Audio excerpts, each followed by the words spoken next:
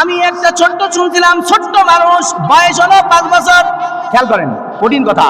ছোট্ট মানুষ, বয়স হলো 5 বছর, বাজারের কোনায় বসে বসে কান্না করতেছে। কি বাবা তুমি কাঁদো কেন?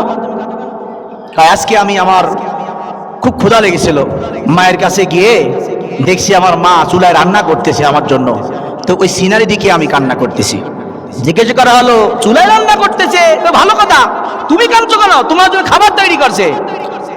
ছোট্ট বালক, কি পরিমাণ ওই বয়সে আল্লাহ পাক তার দিলের মধ্যে আল্লাহর ভয় ঢুকাইছে।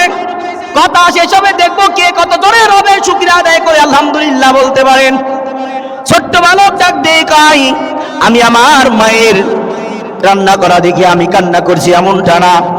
আমি খেয়াল করে দেখলাম, আমি ছোট্ট মানুষ যখন কান্না করি, আবদার করলাম, মা আমার জন্য একটু খাবার তৈরি করে দাও।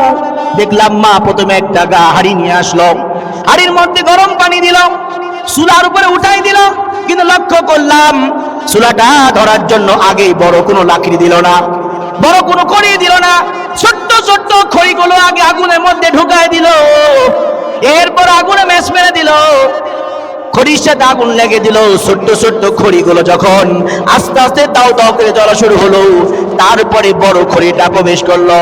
আমি এটা দেখে কান্না করছি। কাল কিয়ামতের দিন আল্লাহ পাক জাহান্নাম যখন উদ্বোধন করবেন, তখন যদি বলে, হে দুনিয়ার মানুষ, ছোট্ট ছোট্ট বাচ্চাগুলো দ্বারা আমি জাহান্নামকে উদ্বোধন করব, ওই সময় আমার কি উপায় হবে? তাই আমি কান্না করি, আমার আল্লাহ যেন আমাকে ওই কিয়ামতের দিন মাফ করে দেয়। আমার দয়ার মাওলা রে, আমার দয়াল মাবুদ রে, কোথায় গেলে পাইব তোমার ঠিকানা? জোরে কি বলা যাবে না সুবহানাল্লাহ?